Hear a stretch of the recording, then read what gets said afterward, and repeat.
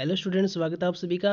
तो आज का जो टॉपिक है वो है हमारा प्रैक्टिकल के बारे में। यानी जो आईटी के एग्ज़ाम में आईटी का जो एग्ज़ाम चल रहा है वहाँ पर अगर प्रैक्टिकल की बात की जाए तो हमने जो फर्स्ट ईयर के जो प्रैक्टिकल हो रहे हैं उनमें से अपनों ने 6 प्रैक्टिकल है वो ज़्यादा मोस्ट इंपॉर्टेंट हमने सेलेक्ट किए हैं, और उसके अंदर 6 में से आपके 2-3 प्रैक्टिकल है वो कन्फर्म आने वाले हैं।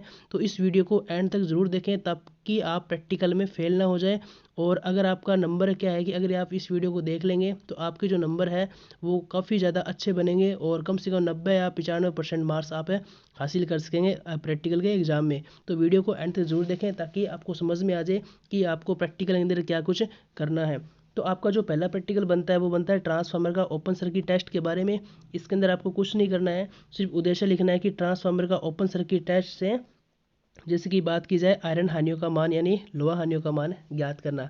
इसके अंदर आपको क्या करना है कि एक ऑटो ट्रांसफार्मर लेना है, और ऑटो ट्रांसफार्मर के सीरीज़ में अगर बात की जाए कि एम्पियर मीटर जोड़ना है, और इन दोनों के फेज़ और न्यूट्रल में आपको वो वोल्ट मीटर जोड़ना है। अगर बात की जाए कि एम एल को क्या है सीरीज़ में जोड़ना है, और सी वी को यहाँ पर अगर आप समांतर में जोड़ दो तो ये आपका वाट मीटर बन जाएगा। उसके बाद में आपको जो यहाँ पर ट्रांसफार्मर जो यूज़ किया जा रहा है, जो ट्रांसफार्मर है वो है स्टेप डाउन प्रकार का, यानी जो प्राइमरी वाइंडिंग है वो लो वोल्टेज साइड की है और सेकेंडरी वाइंडिंग है वो हाई वोल्टेज साइड की है।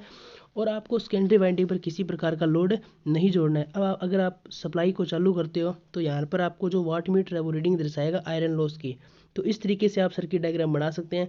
अगर इसके औजार के बारे में बात की जाए तो cutting plier, combination plier, knows plier या फिर ट्रांसफार्मर या वोल्ट मीटर और वेरिएक आदि जो उपकरण है इसमें यूज़ किए जाएंगे। सामग्री की बात करें तो एम्पीयर मीटर, वोल्ट मीटर और पीवीसी वायर और पीवीसी टेप आदि अपने यूज़ करेंगे। और अगर वर्किंग मेथड की बात की जाए तो वर्किंग मेथड आप जो यहाँ पर आपको सर्किट डायग्राम दिखाई दे रहा है, इस सर्किट डायग्राम के द्वारा आप यहाँ पर वर्किंग मेथड का निर्माण कर सकते हैं। तो ये आप अगर ये प्रैक्टिकल आता है तो आप यह सर्किट डायग्राम आप बना दीजिए, और आपके जो जो नंबर है वो आपको बिल्कुल परफेक्ट मिलेंगे, यानी पूरे कंप्लीट। अब बात करते हैं 2 नंबर जो प्रैक्टिकल है वो है ट्रांसफार्मर का शॉर्ट सर्किट टेस्ट के बारे में। यानी इस ट्रांसफार्मर का शॉर्ट सर्किट टेस्ट के अंदर आपको कुछ नहीं करना है। यहाँ पर जो ओपन के अंदर आपने ट्रांसफार्मर जो स्टेप डाउन लिया था, यहाँ पर आपको वहाँ पर स्टेप अप था, यहाँ पर कौन सा होगा स्टेप डाउन प्रकार का ट्रांसफार्मर होगा। यहाँ पर भी ये जो इसका उद्देश्य क्या रहेगा कि ट्रांसफार्मर का शॉर्ट सर्किट से टेस्ट से यहाँ पर कॉपर हानियों का मान ज्ञात करना। यहाँ पर अगर सप्लाई देंगे उसके बाद में एम्पीयर मीटर लगा यहाँ पर जो क्या है 0 से 5 एम्पीयर के बीच में रीडिंग बताएगा। वोल्ट मीटर लगाया गया, और यहाँ पर M L C V L जो आपको बताया गया यहाँ पर ये वाट मीटर है। और अगर बात करें यहाँ पर स्टेप डाउन प्रकार का ट्रांसफार्मर लगाया गया है, और आगे जो इसकी जो सेकेंडरी वाइंडिंग है ट्रांसफार्मर की उसको एम्पीयर मीटर के द्वारा शॉर्ट किया गया है। और प्राइमरी वाइंडिंग क्या है हाई वोल्टेज साइड है, और सेकेंडरी वाइंडिंग का कौन सी है एल टी यानी लो वोल्टेज साइड है। तो इस तरीके से इसके अंदर जो औजार और सामग्री रहेगी वो प्रैक्टिकल जैसे फर्स्ट के बारे में बात की थी उसके अंदर सेम कॉपी रहेगा। बस फ़र्क ये है कि ट्रांसफार्मर उसके अंदर स्टेप अप था, यहाँ पर क्या होगा स्टेप डाउन प्रकार का ट्रांसफार्मर होगा, और एम्पीयर मीटर की जो संख्या होगी वो यहाँ पर 2 होगी। उस तरीके से अगर इसके वर्किंग मेथड की बात की जाए तो यहाँ पर आप वर्किंग मेथड आप इस तरीके से कर सकते हैं। उसके बाद में बात करते हैं कि तीसरा जो प्रैक्टिकल बनता है वो बनता है जीने की वायरिंग का। यानी जीने की वायरिंग जिसे कहते हैं स्टेयर केस वायरिंग, यानी सीढ़ियों की वायरिंग जिसे कहते हैं। तो इसका जो डायग्राम क्या रहेगा वो आपको कुछ नहीं करना, जिसके अंदर उद्देश्य क्या रहेगा कि टू वे स्विच द्वारा दो स्विच द्वारा एक लैंप को 2 स्थानों से कंट्रोल करना, या फिर जीने की वायरिंग का अध्ययन करना। जीने की वायरिंग को इंग्लिश में क्या कहा जाता है स्टेयर केस वायरिंग। यहाँ पर अगर अपनी सप्लाई देंगे फेज और न्यूट्रल के बारे में, यहाँ पर जो 2 वे स्विच लगाए गए हैं, ठीक है, 2 आपको स्विच दिखाई दे रहे हैं, इसके अंदर 3-3 टर्मिनल है। ऊपर वाले टर्मिनल को आपको जोड़ देना, नीचे वाले टर्मिनल को जोड़ देना है।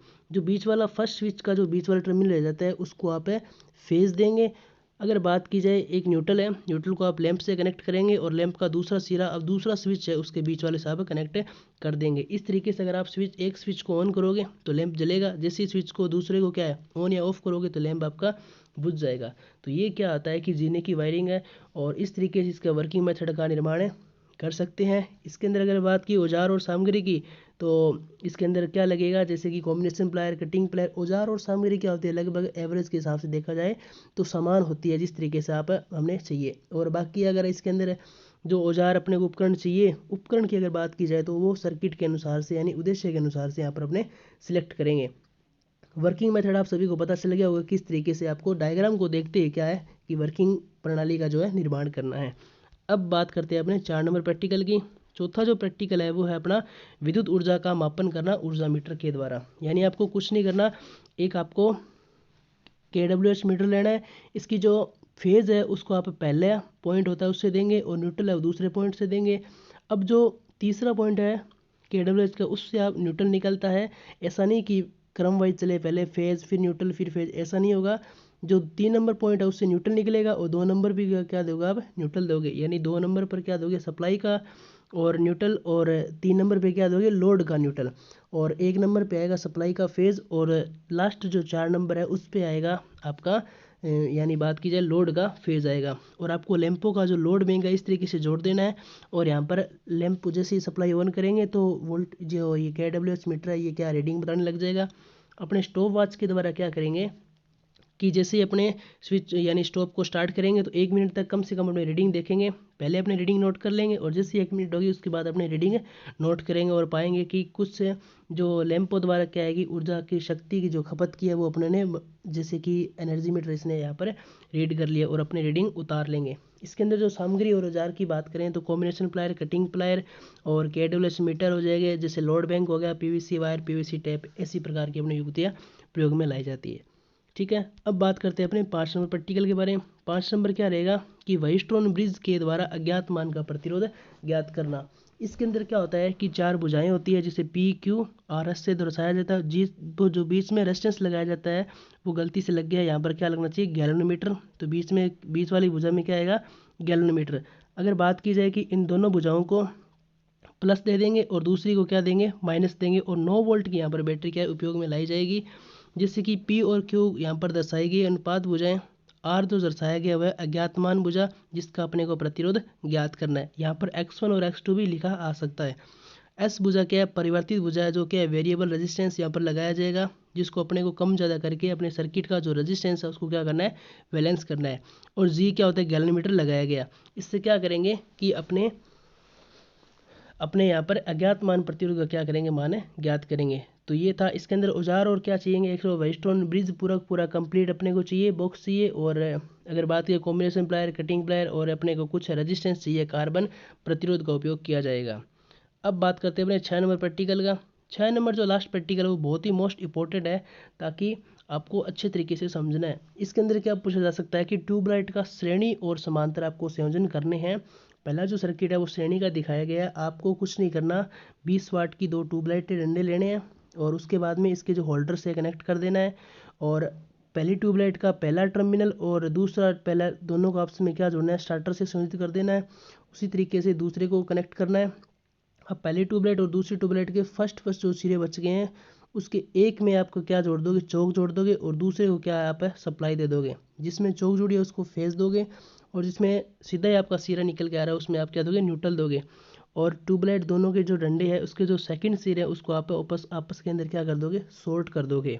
ठीक है, और फेज और न्यूट्रल के समांतर में आप 4 माइक्रोफेड का क्या लगाओगे, कैपेसिटर लगाओगे। अगर 20-20 वाट की है ट्यूबलाइट तो आपको जो चौक की आवश्यकता होगी वो क्या होगी, 40 वाट की होगी। अगर यहाँ पर बात की जाए 40-40 की है तो यहाँ पर जो चौक की आवश्यकता होगी वो क्या होगी, 60 वाट की। तो इस तरीके से ये होगा श्रेणी संयोजन।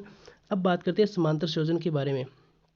समांतर संयोजन क्या कहता है कि आपको स्टार्टर जो जोड़ा है वो श्रेणी और समांतर में एक जैसे ही जोड़ने हैं।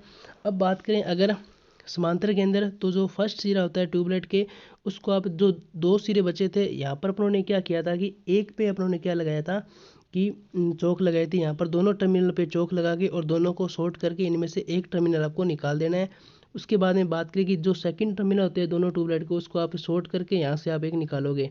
तो जिस पे चौक लगी आपको क्या देना है, फेज देना है। जो उसके चौक नहीं लगी उस पर क्या देना है, आपको न्यूट्रल देना है। और दोनों के बीच में आप क्या लगा दोगे, यहाँ पर 4 माइक्रोफेड का कैपेसिटर। जिसकी बात की जाएगी अगर ट्यूबलाइट का जो रेटिंग है वो 40 वाट की है तो यहाँ पर चौक भी दोनों जो उसकी रेटिंग क्या होगी, 40 वाट की होगी।